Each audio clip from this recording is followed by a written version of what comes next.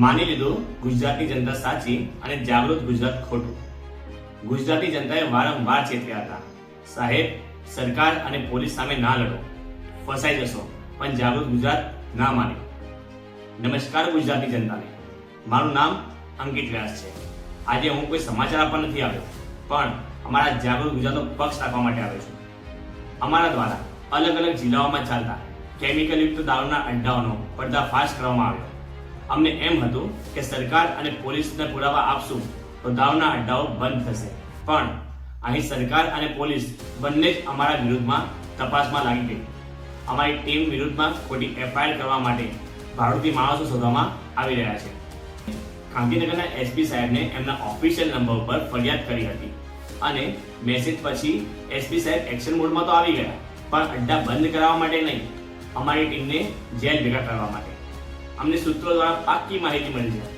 Kalol city, sector 7 Gandhinagar, Kalol તાલુકા અને અમદાવાદ ગ્રામ્યમાં આવેલ વિવેકાનંદ નગરમાંથી અમારા વિરુદ્ધમાં ખંડણી, છેડતી, ડ્રગ્સ, એટ્રોસિટી જેવી ખોટી ફરિયાદો કરવાનું ષડયંત્ર રચાઈ રહ્યું છે.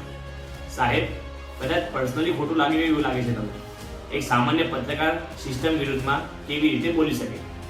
સાહેબ, અમને તો ખબર જ છે કે અમારા ઉપર એફઆઈઆર થવાની છે, પણ યાદ રાખજો, જેવી એફઆઈઆર રજીસ્ટર થશે ત્યાં થોડાક જ સમયમાં તમામ પુરાવાઓ સોશિયલ મીડિયા ઉપર ન્યૂઝ તરીકે અપલોડ કરવામાં આવશે. પછી માનનીય ન્યાયાલય અને દેશની જનતા નક્કી કરશે કે સાચું કોણ. સાહેબ, આ કોઈ ધમકી નથી. અમે તો માત્ર તમને એક વિનંતી કરી રહ્યા છે. અમારી પાસે જેટલી મહેનત કરો છો ને, એટલી મહેનત જો દારૂના અડ્ડા બંધ કરવામાં કરી હોત ને, તો આજે કોઈ માનો લાલ, કોઈ ઘરનો ચિરાગ બચી ગયો હોત. આ વિષય પર મારે તમામ પત્રકાર મિત્રોને પણ એક નમ્ર વિનંતી છે.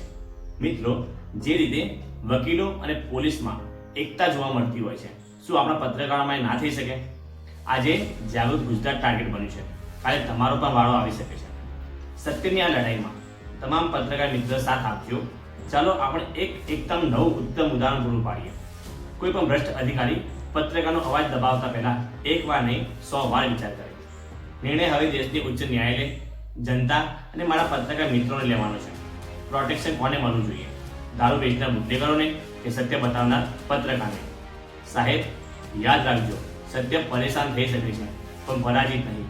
જય હિન્દ, જય ભારત.